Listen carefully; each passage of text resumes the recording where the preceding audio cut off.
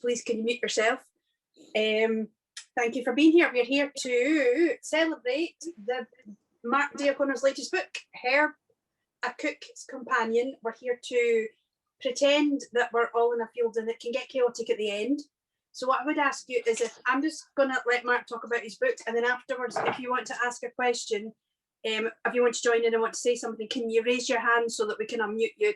Because if you all unmute yourself, nobody can hear anything, and sadly it doesn't work. It would be nicer if we were all in a field, but or in a marquee, but we're not. So this is what we're doing instead. And also, I would like you to note that both Mark and myself got haircuts this very day, especially for all of you. And in fact, Mark got his hair cut twice. I did. I was looking very, very bad yesterday, and then I got it cut, and I looked slightly better. And then I thought, no. I woke up this morning, and I looked in the mirror, and I thought, I look like I'm in Swing Out Sister. So that was it. I'm now into full beaker mode. Into full beaker mode? No, I don't think that's not too bad. Although you do need a lab coat and a slightly more on nose. That would work better. Yeah. So most of the people here, most of the people have come know you very well, and most people probably either have the book or are planning on getting the book. So would you like to tell us a bit about how many books you've written beforehand, what the difference is between this book and your other books, and what led you to write it, Mark? I think I've written 10 or 9. I wrote a couple of River Cottage ones back in the day, a couple of the handbooks, which was a lot of fun. You know, it was all the early days of River Cottage, and lots of interesting people involved. And then that had come really from writing a blog. I wrote a blog. I started in 2002, so fairly early, and that was really because I'm deeply forgetful. And I thought, if I blog, then at least I'll be able to look back and remember it. What were you blogging about? Well, I was growing stuff for the first time really around then, so about 20 years ago, and I didn't have a clue. You know, I did that thing that blokes who haven't got a clue do, which is go, oh, it's me and my wife. I think. Oh, have you dropped off, or is Mark is frozen? No, he's dropped off. You dropped off. Start again. You and your wife were doing something, and then you just disappeared. Did I? Me and my wife were doing something, which is highly uncommon, and then we'd moved to the kind of near Dartmoor, and because I didn't know what I was doing and I wanted to grow some food, I just grew a whole world of stuff, and we grew 2 acres worth for the two of us, which taught me a lot of things. Success is not necessarily very good if you've suddenly come in with 14 skipfuls of spuds and you decide what to do with them. So that really quickly taught me not to be an idiot. But it got me the bug. It got me the bug for growing stuff. And we then quickly moved to what became Otter Farm. And I made a big fat list of, I tell you what had happened. I was working as a sort of environmental consultant, and I was in Suffolk. And the person I was staying with said, oh, it's really great because the mulberry tree is all in fruit. And I'm like, yay. Are they nice? I've never had one. And my brain was going, you know, they can't be that great, because if they are that great, I would have tasted them. And then that evening, it was kind of mulberries with everything, and mulberry vodka from the year before. And that was it. I was like, okay, I've got to grow apricots. I've got to grow mulberries. And then I just made a list of all the things I wanted to eat. And I crossed off, I then Googled and found out all the stuff that I wouldn't grow here, and I crossed that off. All the other stuff that was a bit boring to grow, and I crossed that off, and then I tried the rest, and some of it worked and some of it didn't, and I kept writing and blogging about it, and then it kind of accidentally took over what I used to do for a living. Like a lot of people, that kind of thing is actually surprisingly common. I think people must think for somebody like you that you sat down with I don't know, like a brand organizer or a PR manager or a careers advisor about, you know, how do you become the gardening food man, cook what you grow. The council Nigel Slater. Yeah. No, it couldn't have been more accidental. And if I had had a grand plan and I'd been bright enough to have a grand plan, I would have done it quite differently. And I'm sure, but it's been a lot of fun. And I sort of discovered about 20 years ago that I'm fairly unemployable, so it kind of fits you know, I'm able to spend most of my time away from all the other people, and then just see people and do lovely things like this book. So I'm really happy. This night you need to mute yourself because you keep bashing something, and then we can all see. No, help. I didn't even know that I was. You could even tell I was here. Honestly, some people. Oh. So yeah, that was really it. It was very accidental. And then having written the first River Cottage, the first book for River Cottage, the Veg Patch one, I really loved it. And I found then that I could write as long as I had a really good editor, and that hasn't changed. But to be honest, that's the same for everybody. Anybody that thinks that they write really well without an editor is lying to themselves and to the world. Yeah, totally that. So can you tell us then about the latest one, Herbs, and why you decided now to write this book about herbs? Yeah, you know what, I was going to write a different book, and then we moved, I was planting lots of herbs, using lots of herbs. We were kind of heading towards the lockdown thing, and the whole brilliance of herbs, which are, you know, if anybody ever asked me what should I grow, I've never grown anything. I'm like, grow herbs because they grow themselves and it's very hard to kill, and all of that, and you get all the pleasure out of them and everything. And it was, you know me well enough, Rachel. I'm the last person to realise what the obvious idea for the next thing I should do, and that's exactly what happened. It was like all of this brilliant flavour that's very easy to grow, that any fall can grow, that totally transforms any of your meals. Why wouldn't I be writing about that? Why wouldn't I be doing that when I've got my hands in all the herbs all the time? And it's been a total pleasure because and yes, it is a sort of plot to plate book, but the plot bit is this much and the plate bit is this much, because it's really, you know, plant it with the green side up and the brown side down, and water it once every now and again when you walk past it, and nearly all of them will grow for you perfectly merrily. And then you're into this free flavour. It's just, you know, delicious, gorgeous, very, very easy. And it gives me a lot of pleasure. It's not like a carrot, you know, I love carrots, but you sow them and then you worry about them, and then along comes carrot fly, and then if you're lucky, however many weeks later, you get some carrots, which are really lovely, but that's the pleasure. Whereas with herbs, you rub the thing as every day when you walk past it. You know, lemon verbena is a kind of life-enhancing joy. You know, it sits on your fingers all day once you've rubbed it, and then you're thinking, oh, I think I'll have a mojito with that, and or you'll make limoncello or something like that. So it's this constant kind of pleasure. You know. I mean, I imagine also what's really timely for me about this book is what I really noticed last year was I just bought herbs in Tesco in pots because I couldn't get them anywhere else, and we just planted them, and it made our summer. And we're kind of realizing that this summer is going to be pretty much like last summer, more or less. And I was actually thinking before this happened, I thought, God, I'm going to need to actually go and buy a load of herbs and grow them, because it's as you say, it's a pleasure, it's something to do. And it is right, you do walk past them and you do water them and you do notice them going green, and I have the fingers of death. I mean, I can kill mint.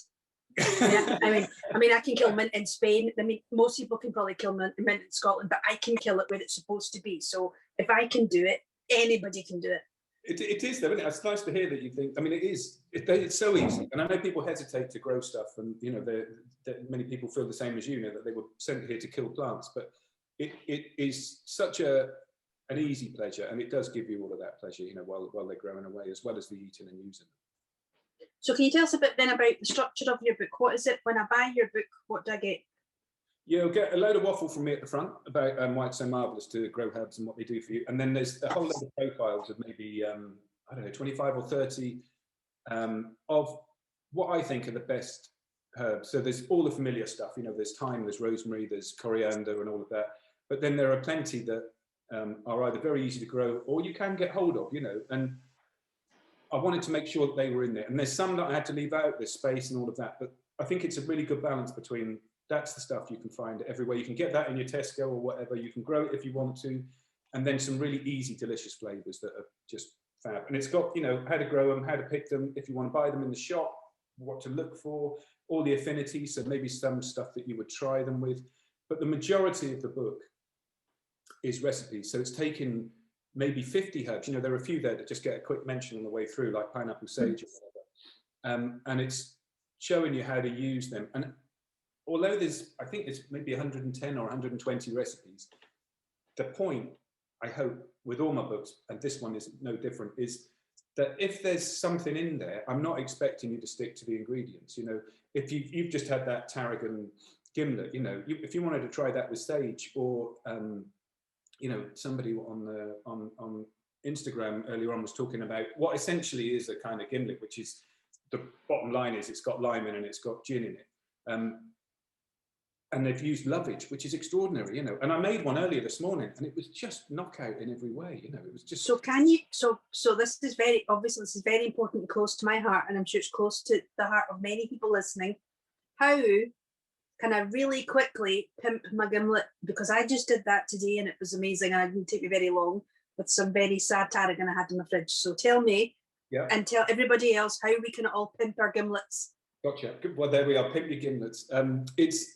I think if you think about a cocktail as being a sort of alcoholic salad dressing, you're probably in the right way. So you want something quite aromatic. I think this is, you know, most of the time with a longer kind of more complex cocktail. Some good bit of poke, plenty of sour, a nice bit of sweetness, and they've got to be in balance. As with, you know, even if that is heavily one way, you've got to know where you're going with it. It's very easy, but I think herb syrups are a really good thing in your armoury. So herb syrups. Herb syrup. So you've got tarragon syrup in your gimlet, haven't you? I've followed your book, so tell everybody else how I made it, because I did exactly what you said. Yeah. So you make the syrup, which is really easy. As a default, I would use equal weight of sugar and water. So, you know, maybe. And is it always white sugar? I tend to because I want a kind of clean flavour most of the time.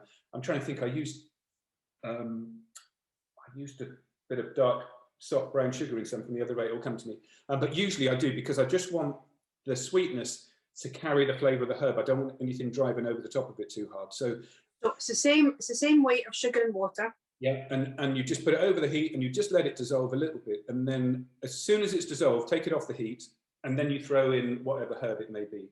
So this lovely thing that looks like a bottle of piss. It's sugar syrup, but it's got this lovely thing in, which is lovage, and that's, I don't know if you're familiar with lovage, but all I did was throw a load of this into the pan as soon as it was off the heat, and then you leave it, and people go, how long? And I'm going, I don't know how much of the herb you put in. So the key with all of this is to get your spoon in, have a taste, and when it's the strength you like, let it go a little bit longer. It's a bit like ice cream, where you want the flavour to be kind of bigger than it is when you're tasting it, because once you've got other stuff in it, it'll dilute the sage or the tarragon in your case down. And then with the gimlet, really, you're straight into lime, and which is all the acidity, but also plenty of that zing. And is that the gin or the vodka one? It doesn't matter. You can make it either way. But I did a gin one. Yeah, because there's a vodka gimlet in as well. But and the one I made earlier was just it was gin, apple juice, the lovage syrup, and a little bit of lime juice. And as long as you've got those things going on, whether it's sage or whatever, just play with it. But keep tweaking it. And I always think you want it sharper than you think. You know, sharper than you think. There's a brilliant Tom Collins in sour, and I think I put in there. You know, if once you've swallowed a mouthful of it, you can open your eyes without using your fingers, then it's not sharp. Get some more lemon in there. You know, get some more lemon in it. So on the sharp side all the time, I would say. So apart, if you're not a big drinker, and obviously with these herb sugar syrups, they're really nice if you just add water. They're a really, really refreshing drink as well, I think. Yeah. What about the vinegars? What kind of thing can you explain to me how I can make a decent herb vinegar, and what herbs would you recommend, and what should I use it for? It's interesting that, because again, I think you need big flavours. It's interesting. I mean, tarragon again is the classic with vinegar, and really it's with herb vinegars. I tend to not stick a whole load of other stuff in. You know, you can really put in the junipers and all of that, and it's really nice to. But usually, I want the herb to be the thing that's carried. So if I'm going to put spices in, I might warm them through first in the vinegar, and then bottle it with some of the herb in it, but then take it out at some point. Usually, I take I've just got a bit of mint here. Usually, if I'm making a mojito or whatever, I would take all the leaves off of that, because what you don't want is the stem. Usually, that's where there's a lot of bitterness. So again, you don't want the stem in the vinegar. No, you don't want that in vinegar. You don't want it in the mojito. None of that business, because it's often the tiny things that make all of the difference. You know, there are a lot of shrubs you can make. I'm doing a few at the moment, which are kind of coming together of vinegar, sugar, something fruity, and something herby or spicy. And again, they're really nice because you can dilute them down with, you know, something sparkling as well. But that's really important. There's a lot in there in the book, I think, about the seemingly tiny changes. One of my favourite bits, I think, is in the book is where I'm saying about your knife is an ingredient, you know, because most of us reduce a pile of herbs to the same kind of confetti, or anything. We'll reduce it to the same level of confetti, and it's really crucial how you chop. If you chop everything very small, and let's say it's coriander and you're adding it to a curry, you'll get a curry that's coriandered, if you see what I mean. You know, the impression of it will be carried through everything. But if you cut it through hardly at all, so that if you were paid a lot of money and had your arm twisted, you could sort of put the bad herb jigsaw back together. Then what you get is punctuation. You get wallop of coriander, no coriander, punch of coriander, no, and it's a very different experience.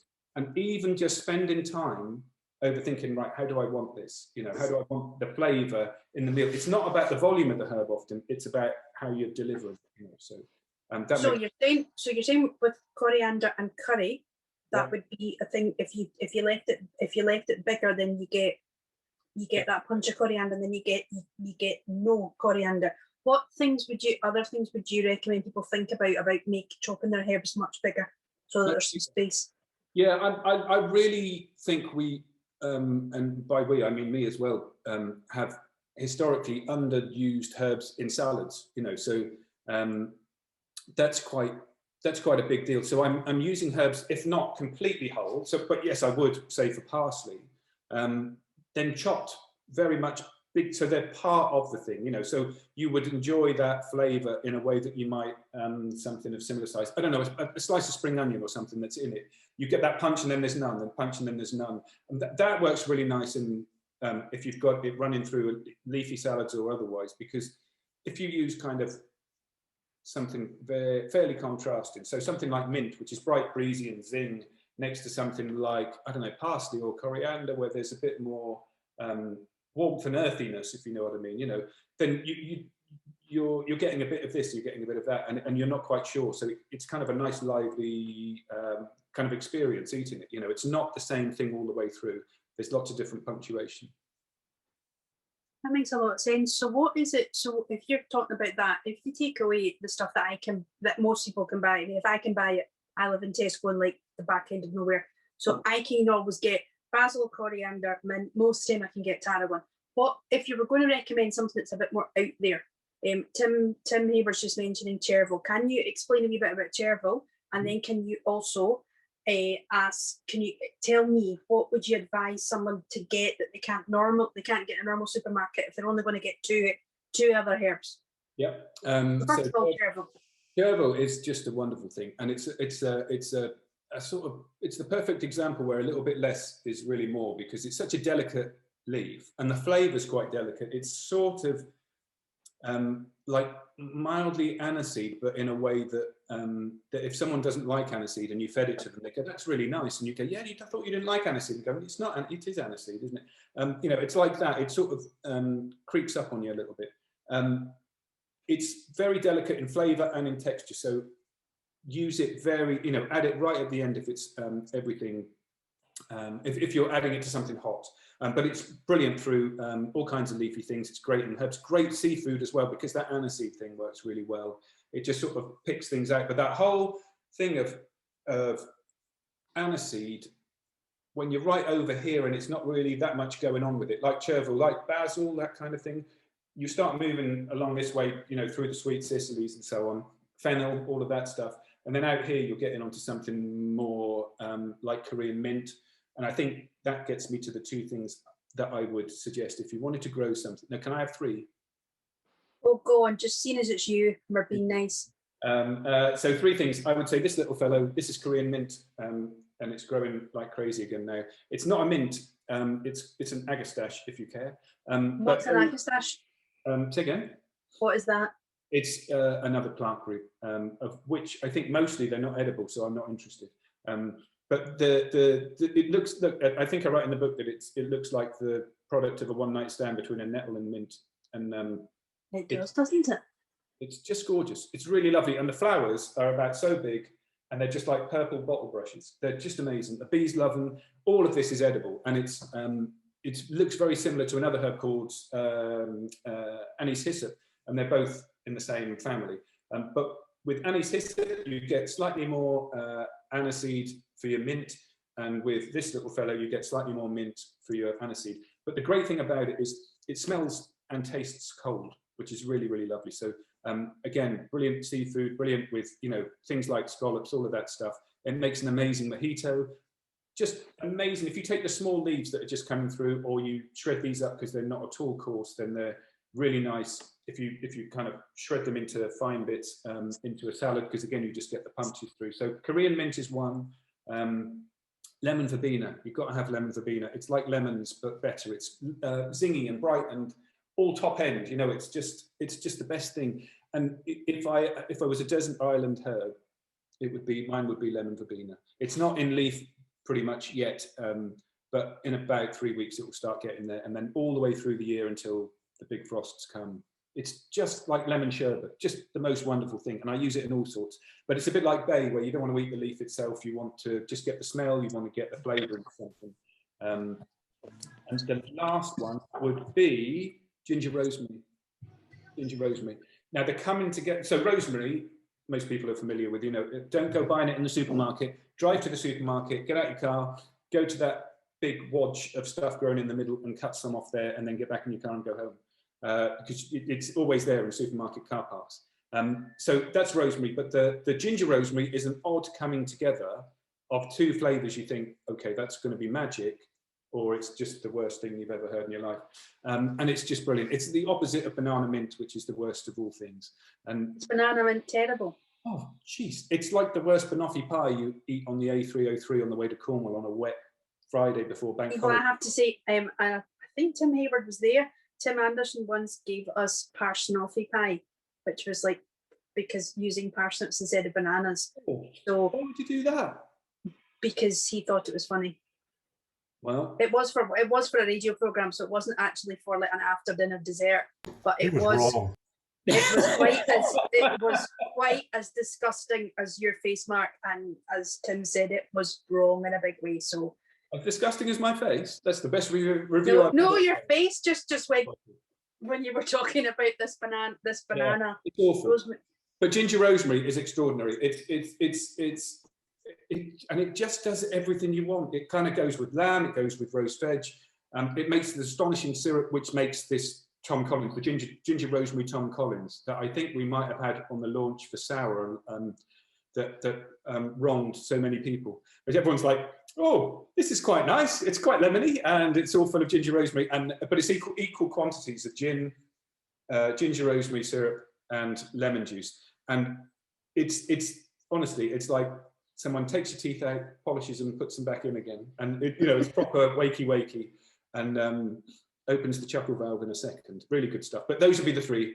That you would think we should have.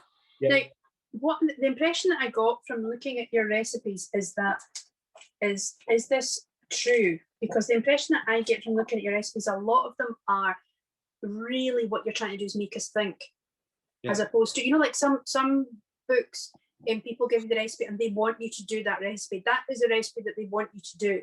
They don't really want you to deviate from it. If you deviate from it, you're not doing their food. But my impression with you is that what you're trying to do is make us think about using herbs in ways we've not. So I really like the idea of like the baklava and the geranium. Oh, the geranium, yeah. Which made me think, well, you could do it with other things.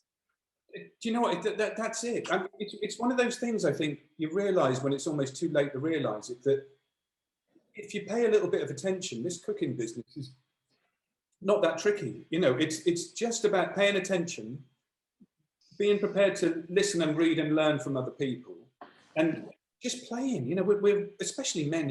We're so sort of tight about it. We're not very good at doing things we're crap at, so we just carry on doing the same things until we're dead.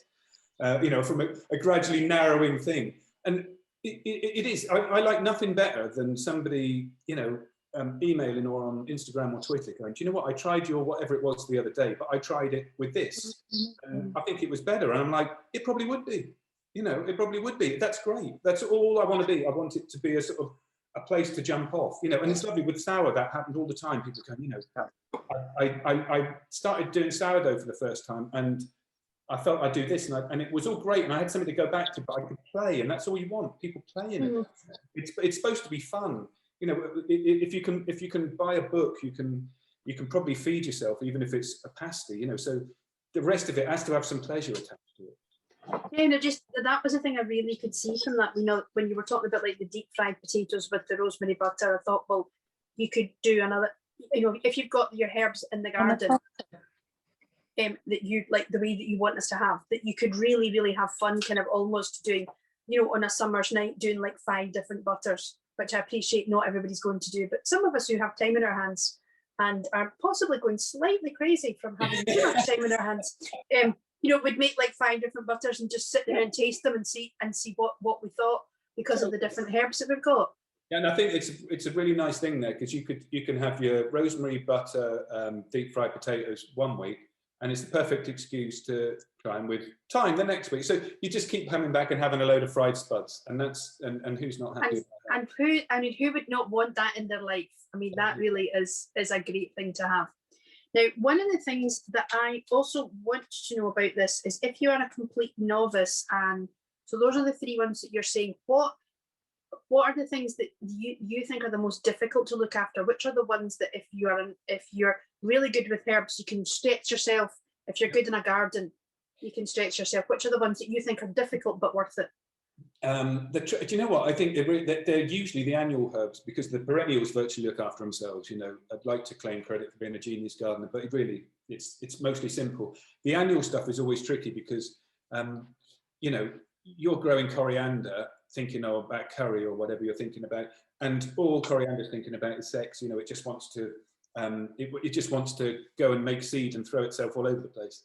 And that's great, but it makes it very difficult to grow. So I grow coriander really not to eat as regular coriander. So I tend to grow it in a tray, really densely sown, and then I pick it when it's maybe 6, 7 centimeters tall, and you just pull it out. And I remember doing this at River Cottage back in the day, where we would grow it like that. So you've just got like a, you know, it looks like a bit of astroturf, and you pull one coriander thing out, you know, little micro leaf this big.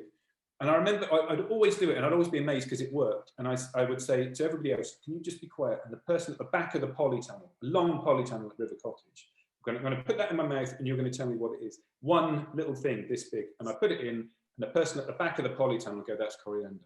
It's ridiculous, absolutely ridiculous. The flavour, the smell is just crazy. So I reckon 3 or 4 of those little, you know, little micro leaves that big. The great thing about that is that takes about 10 days to grow, and you've got a sea of that stuff. And so that's brilliant. And it's not trying to go to seed. The other way I grow it is just to let it go to seed and use the seed, because the seed is wonderful, you know, great in all kinds of spice mixes. But buy coriander. You know, you want volume of the stuff. You know, we could never grow enough of that, even at home, never mind at River Cottage or Otter Farm or whatever it was. Buy the bloody stuff and dedicate your space to growing the flavours that you can't buy. So I would say anything annual tends to be trickier. Right. Kate Hawkins is asking if you prefer your parsley flat or curly. Oof, that sounds like an excellent euphemism, doesn't it? I would say it depends. I like the sort of the punchiness of curly. I really like it in some situations. I really like it with fish. It's got to be that in a parsley sauce for me. There's something about that slight ironiness and the extra punch of it that I think is really important in that kind of thing. But if I'm going to eat it raw, or I'm having it, you know, fairly uncooked, I tend to go for the flat leaf. Is probably where it is with that. You know, curly leaf parsley. It's brilliant, but it's not. You know, it's like all over Instagram you see whole bloody mint leaves. No one wants to eat a whole mint leaf. You know, it's like having a cat's tongue in your food. It's not what you're after. Now, someone else is now asking me questions directly because the chat's just going a bit crazy. Yes, somebody wants to go back to coriander. Tim Maddens wants to go back to coriander and wants to know if you've ever used a root of coriander. Yes. And actually, I would. So how do you do that? Do you just pull up the coriander and rinse the root, and that's it? What do you do? It is. There are so many herbs like that. Sweet Sicily is another where their flavour is really intense in the root bit. And Tim's a lovely chap, but also a brilliant chef, and he's also one of those inquisitive people who will, you know, you give him, I don't know, you give him a lime and it's got this on top, and he's like, I'll have the lime. What's that other bit? And he'll start playing with it, and that's exactly the way to be, I think. The root of coriander is really intense and really flavoursome, really, really good. And what do? We wipe it off. We do the opposite of what we do with radish. You know, we lose the top with radish and we lose the root with coriander. It's really good, really tasty. Same with Sweet Sicily. I don't do it with Sweet Sicily too much because it's a perennial and it will keep growing, so you harvest the root and you haven't got a plant left. But really good, really, really good. And also it allows you to cook with it slightly longer. And coriander, you know, doesn't want to be cooked for that long mostly. You know, you'll lose a lot of the flavour, all of that stuff. But yeah, it's a wonderful thing. And while we're on coriander, Vietnamese coriander would have been number 4. If you'd had 4. If I'd had 4. And what's the difference between Vietnamese coriander and Tesco's coriander? Yeah, well, it's wonderful. It's also known as laxally. So it's long. It's sort of like a kind of sparkly, lemony, limey version of coriander. And if you eat laxa, it's the leaf that is likely to be in that. It's brilliant. It's sort of perennial-ish, so it tends to come back really well. It's easy as pie to look after. You can't buy it in the shops as a herb, but again, it's really easy to grow. That's number 5, 4, 5, whatever it is. But it's just a brilliant, brilliant herb. You know, it's a bit of a room divider, a bit like coriander is, but those people in that room can bugger off. And if you're going to use coriander root, because generally it's I've only ever seen it in Thai cooking, what would you use it for? That's a good question. You know what? I think I would bung it into something like I would bung it into something like a sauerkraut, where it wasn't being cooked, but it was being lightly fermented, because then you get the flavour. In the same way that, you know, if you ferment a bit of celeriac, you get a bit of parsliness and a bit of and a slight little bit of lovage to it. You'll get exactly that with the coriander root. So that would be my first place. That sounds amazing. Yeah. Now the chat is going crazy because obviously everybody has an opinion, and I'm just going to hold them off for another 3 minutes before I let them go crazy. I would like to know, from the recipes, apart from the drinks that we've said and the syrups, if I was going to like cook sort of 3 recipes from your book, which ones do you think I'd be better starting off with to really appreciate the difference and appreciate herbs properly, and maybe do something different with them? Okay, that's interesting, because it's not I would say this one, the bread and butter pudding. Okay, it's the lemon thyme bread and butter pudding. Lemon, yeah, and it's kind of parsley honey, which will explain itself in there. But that is the reason that is so answering your question, is that if you make it with thyme, just regular thyme, it's really lovely. And if you make it with lemon thyme, it seems more zingy and kind of delightful. You make it with orange thyme, it's much more autumnal. So just that change in variety, you know, and you can get lemon thyme in a lot of supermarkets now. Orange thyme less so, but that will come along in time. But that, I'd say, that is the one to try with lemon thyme and with regular thyme. And if you've got it, I would try it with orange thyme too, because the difference just that one ingredient makes, that one shift in variety, is enormous, enormous, enormous. And then I would say, I reckon I would, where is it? As you may or may not know, my very good friend Nigella got me in her cookbook corner today, and she did this one, braised beef. I have met it once, but braised beef in ale. Okay. The reason I would suggest that one again is because it's answering your question. It's about the layering of herbs. So there's herbs in early, there's herbs in the middle, there's herbs in late, and some of them are the same herb, but they have a different effect depending on when you add them. And this again, if you made this once, it sort of lets you play, because a lot of people again don't layer flavour or seasoning very well. And again, that little shift, dead simple, you know, instead of adding all the salt and pepper in one go, add a bit there at the beginning, add a bit later on, you know, that it does work. It's not mathematical in the same way. as you might think it is. You know, it's not, that's the finite amount of salt. It works differently in seasoning, and it does the same with herbs. So a lot of the woody herbs go in early. So there's sage and there's bay that goes in early. And then there's persillade added later on, with a little bit added in the middle, and they do different things. And it's that will just get you going. I wonder if I'll try that with the, I don't know, the roast chicken on Sunday. You know, I'll put in the woody stuff early, and then I'll add a bit of something later on. Might stick apples around it, and then stick, I don't know, rosemary or thyme in with that part way through, and then I'll hit it with some softer herbs. You know, it's just playing. It's really just playing. And yes, I like the recipes, but I think I want them to be, if people, hopefully the recipes will do for some people, like, that sounds great, I'm a cook, I'm perfectly confident and happy, that's just something lovely to have for tea tonight. And hopefully for other people who maybe don't feel so confident will be going, oh, that's great, why was it great? And he's telling me why he thinks it's great. It's not because he's great, it's because herbs are great if you put them in like this. And that's the thing. And then I would pick a salad. I'd pick one of the salads where I think the flavors are work really well. We don't use herbs kind of in a raw meal quite as well as we might, unless it's just familiar, you know, basil with tomatoes and mozzarella or whatever, and that's great. So there are quite a few, you know, there's the grapefruit, mango, feta, sugar snaps with fennel and dill. Fennel and dill doing very different things that look exactly the same, but they do very, very different things. You know, one's, again, you know, fairly aniseed and bright and breezy, and the other is peculiar. I'm never quite sure I love dill, but I love it in places. You know what I mean? It's kind of the coriander of the north, isn't it? It is. It's the I was going to say the Bob Dylan of herbs, but I won't, because I get told off for slagging Bob Dylan off. Yeah.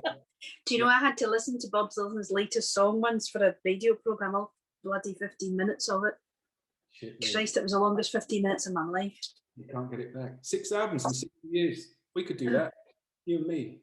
Yeah. We could, even though I have not got a musical bone in my body. So we've been called traitors by the Tim Hayward. Yes. Yeah. Right. Now I'm just going to go to questions now. It's 22, but there's a lot of people who keep asking questions in the chat that keep getting missed. So what I would say is, if you know how, if you would just raise your hand if you want to ask a question and put your video on, and then you can just ask Mark the question directly. Can I say that like, please, there's a lot of you. So if you ask a question, I know that everybody would really love to chat, and it would be lovely if we could. Rachel, I'm happy to read some of the questions in the chat. Okay, if you want to start reading them out, then Beverly and then Mark can answer. Tim asks, I'm populating a new terrace this season, loads of planting boxes, watering system installed. What's the basic herb toolkit to plant? That's great.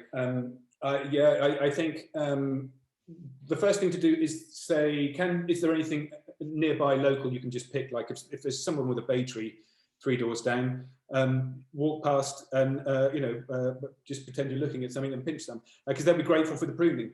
I would say the varieties are really key. I would go perennial, because if they're in containers, they don't need so much water. They grow relatively slowly. They're not looking to go to seed. So I would go at least 2 varieties of thyme. I'd go broadleaf thyme, and I would choose between lemon and orange. I would go for ginger rosemary, again, because you can purloin rosemary wherever you go. I would go for a Scotch lovage. You could have lovage, which is brilliant, and where have I got it? Leaves, they're wonderful. But you can run over the plant every 3 days, and it's still taller than you every time you get up. So I would get a Scotch lovage, which is dead small, slightly more what's the word? Succulent-like in its leaves. They're more glossy, and they're just wonderful.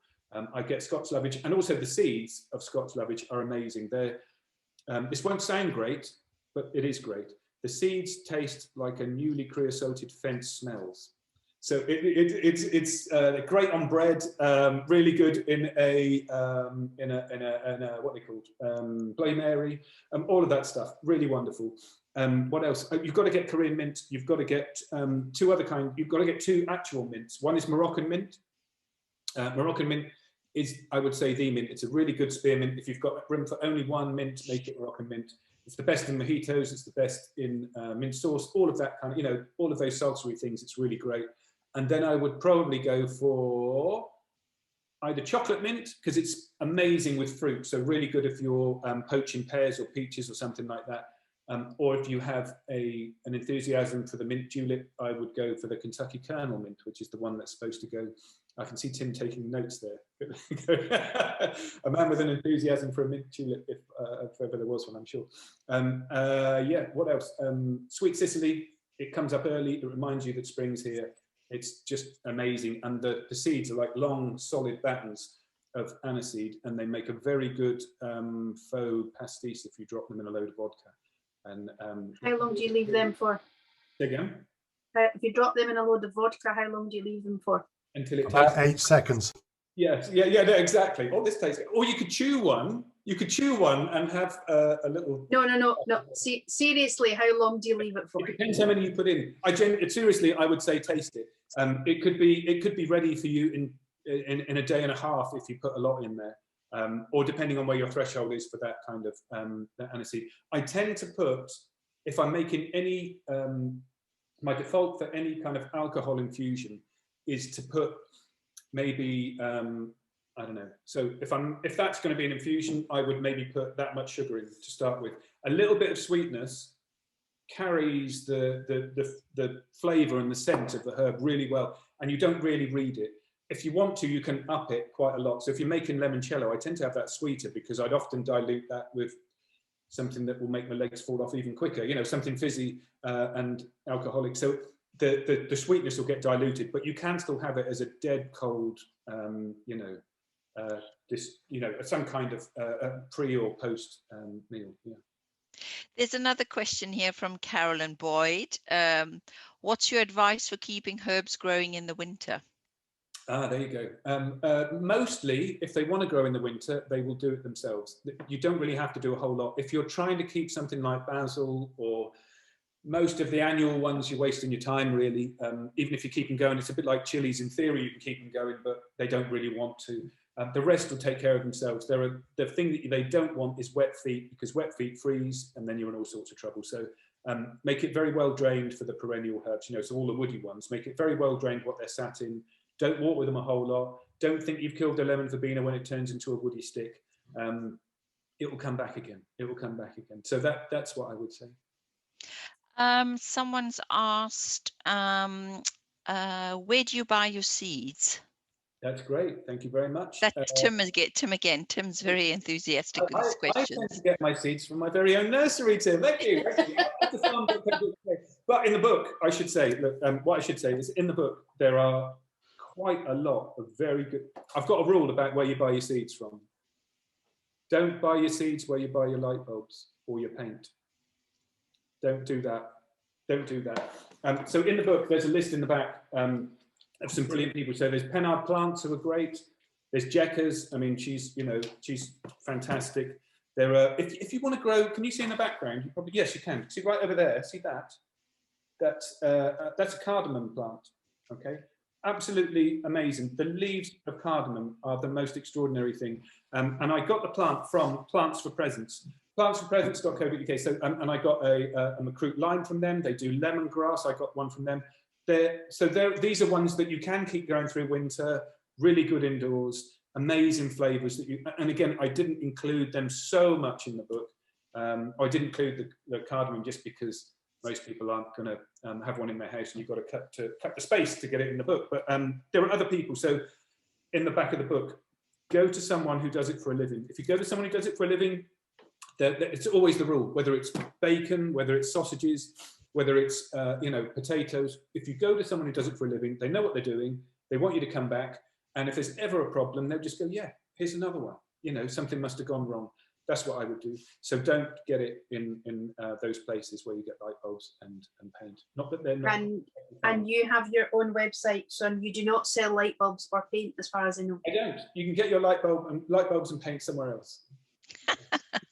And here's a question by Jenny Hewlett. I'm trying barbecue cooking for the first time this year. Yeah. Which herbs are barbecue musts with a hit of flavor, in your opinion? Yeah, good. Well, all the woody ones I've mentioned already. So the rosemaries and the thymes especially, they can stand a bit of heat. They like it. If you're horrible to them, they like it even more.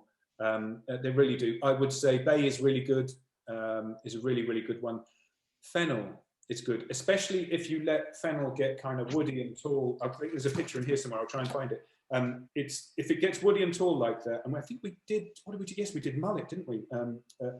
Which always makes me laugh because that's right. It's red mullet, which is an old girlfriend's haircut, as I seem to recall.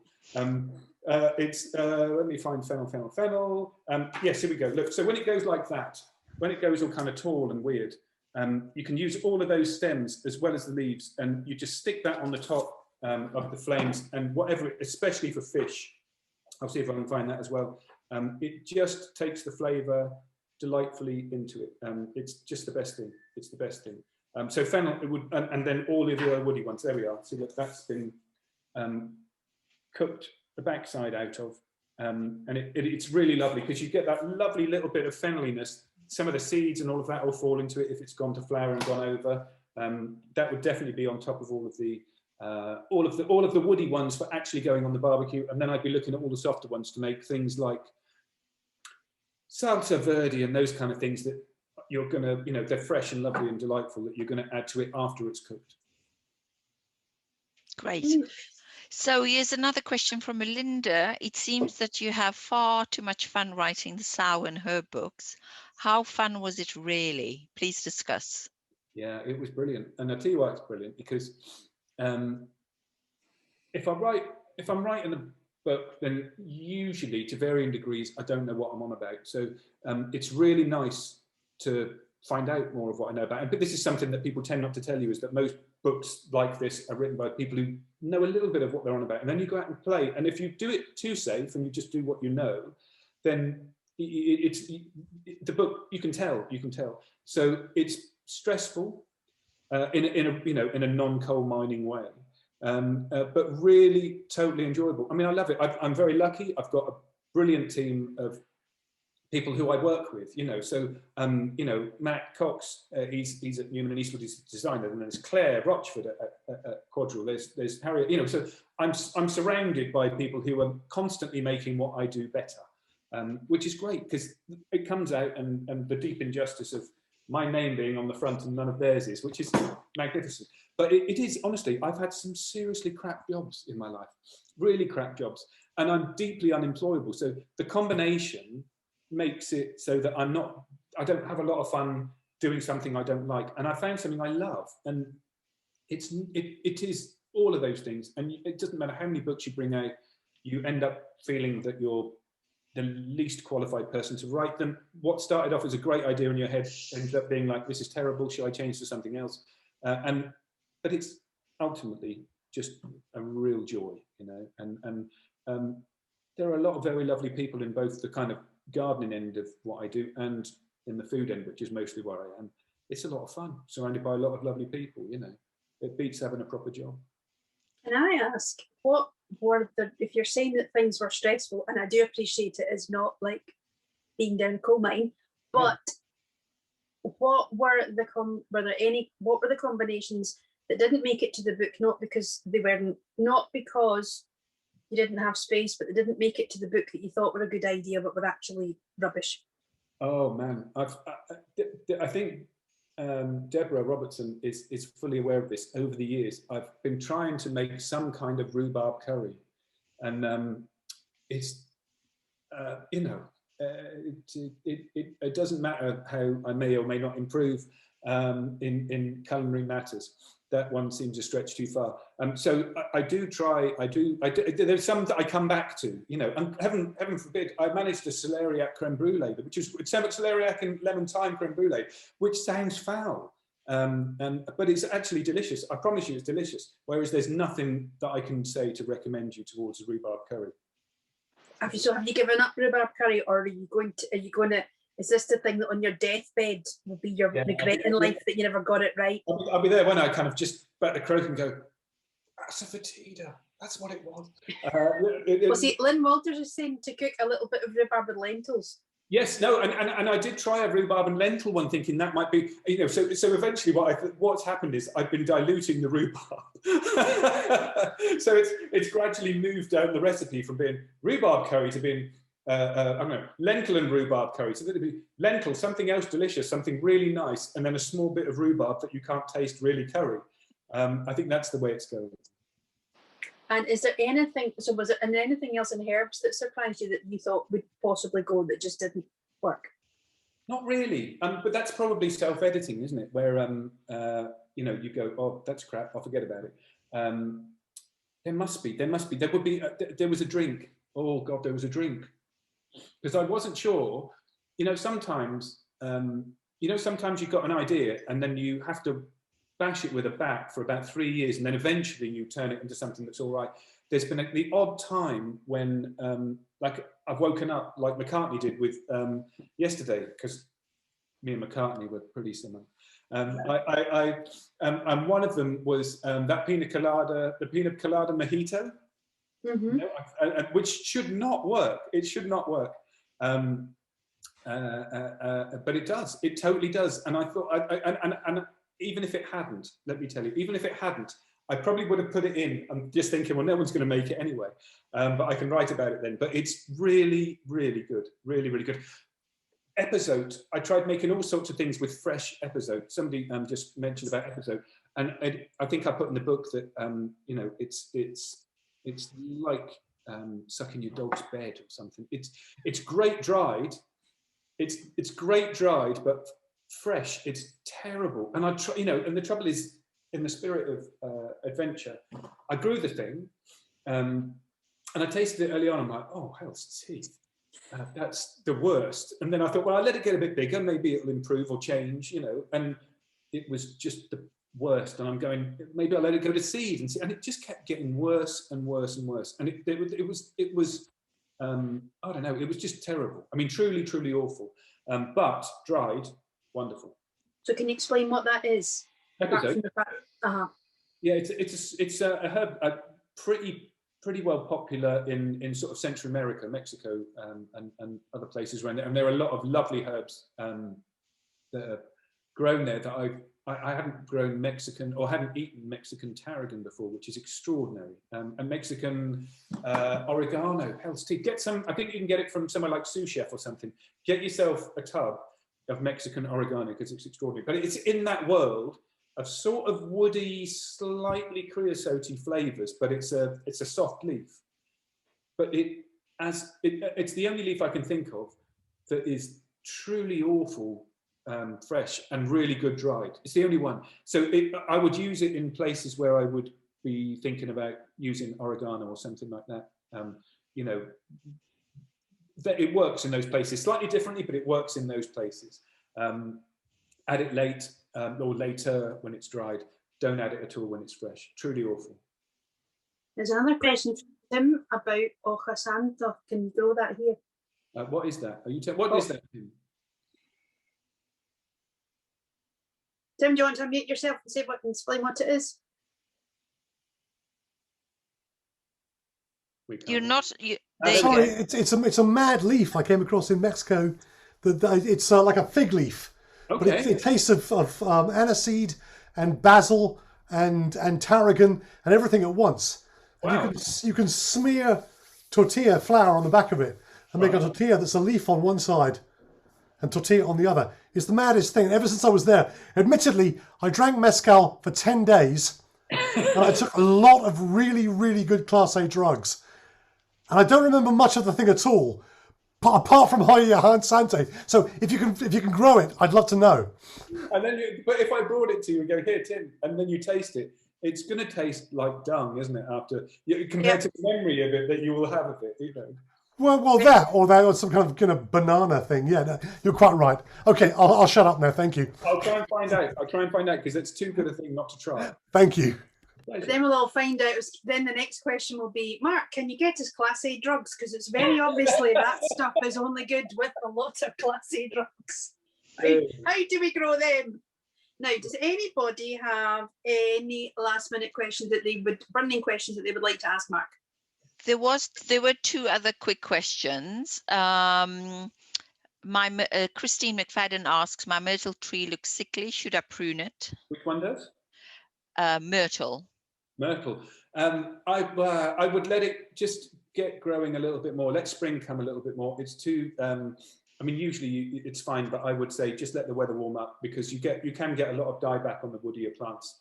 But yeah, I would leave it. Just let it get a little bit warmer and then do it. And then Beth Osborne asks, I have a bay tree. Any recommendations for the best way to use it? Oh, yes, I certainly do. This won't take a moment to find. There we are. There it is. That's what you want. Iarino. It's an Italian. Shall I tell you the recipe? It's dead simple. Essentially, you get a bottle of vodka. You tip it into a jar, and you put in about everything is 40 in this leaves, pretty much. You put in this recipe. You put in 40 bay leaves. I would crack them a little bit. If they can be fresh ones, as they would be off your tree, it's great, because if you crack, it's a weird thing about bay. If you crack it and smell it, fresh bay, it's like cola bottles. Remember the little sweets you used to get many years ago, and you get some of that cola-ness in it. And then really, it's just as with a lot of these infusions, you add a sugar syrup to it. It's all in the thing. Actually, if you go onto my Instagram, the whole recipe is there. But it's really lovely. You've got to leave it for 40 days times 2, or don't. But it's amazing. It looks like dentist's swill when you start it off, and then it goes a lovely kind of walnut colour, and it's just amazing. You can have it very short, cold, and knock out, or you can lengthen it with whatever form of fizzy thing that you'd like to have with it. It's really, really good. That's the way to use it. Well, someone also recommended the bay chocolate cake. Oh yeah, God, man, that's great. Yeah, good. Chocolate and bay, again, that cola and chocolate thing is really good. Plus all that kind of slightly medicinal thing you get with bay. And bay is in the mix, but also layered on top. And then when you cook it, it kind of burns some of that kind of woody bayness into the chocolate on top. And the treat is to take a leaf, peel the leaf off, and do that thing you do with artichokes, where you get the chocolatey flesh off the underside of the bay leaf, and it's just the best. Brilliant. Well, I think before everybody goes, because that's us come to the end, that was fantastic. Thank you so much, Mark. Oh, you know what? It's been a pleasure. And thank you everybody for being here. If you could all unmute yourself and just kind of shout congratulations, Mark, in general chaos, and then just basically we can now pretend we're 3 hours down along, like, and several mojitos and pina coladas down. So if you all unmute yourself and just shout congratulations, Mark, and then I'm sure you can talk to me. Yay! Thank you. Come on! Well done. Congratulations, bro. That's brilliant. Well, hey, thank you for coming. It's been a total treat. It's been Cheers. I'm going to go and get another whiskey now. I'm gonna have to make mojitos and everything. Very lovely to see you all, and thank you very much for coming and being so lovely about it. Woohoo! Well done, bro. Great book. Awesome chat. See you later, mate. Take care. Thank you. Bye. Thanks, everybody.